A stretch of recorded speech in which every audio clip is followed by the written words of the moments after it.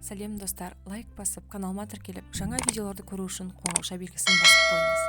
Мыңдаған жыл бойында адам ағзасы өз өмір сүретін ортаға толықтай бейімделді, және оның туған асханасы ғана ағзасын қанағаттандыра алады екен. Ал 4 бірдей маусымды өткеретін біздер тамақтану жағына келгенде талғампаз болуымыз керек. Яғни қыс, көктем, жаз, күз мезгілдерінде тағам рационына өзгерістер енгізіп тұруды ұмытпаңыз. Мәселен, желтоқсан айының 1-ші жұлдызы мен сәуір айының 1-ші жұлдызына дейін төмендегі тағамдарды серік еткеніңіз жөн. Бұл мамандардың іріктеуі. Ашытылған қырыққабат. Оның құрамында В, С, К дәрумендері бар. Ашу үдерісі қырыққабатты сүт және сірке суы қышқылдармен байытады. Ал бұл қышқылдар ас қорытудың жақсаруына әсерін тигізеді. Д дәрумені бай азық-түліктер жұмыртқа, балық уылдырығы, бауыр, сары май және сүт. Бұл тағамдар иммунитетті көтеріп, тері жағдайын, көздің көруін, есе сақтау қабілетін жақсартады. Мұздатылған жидектер.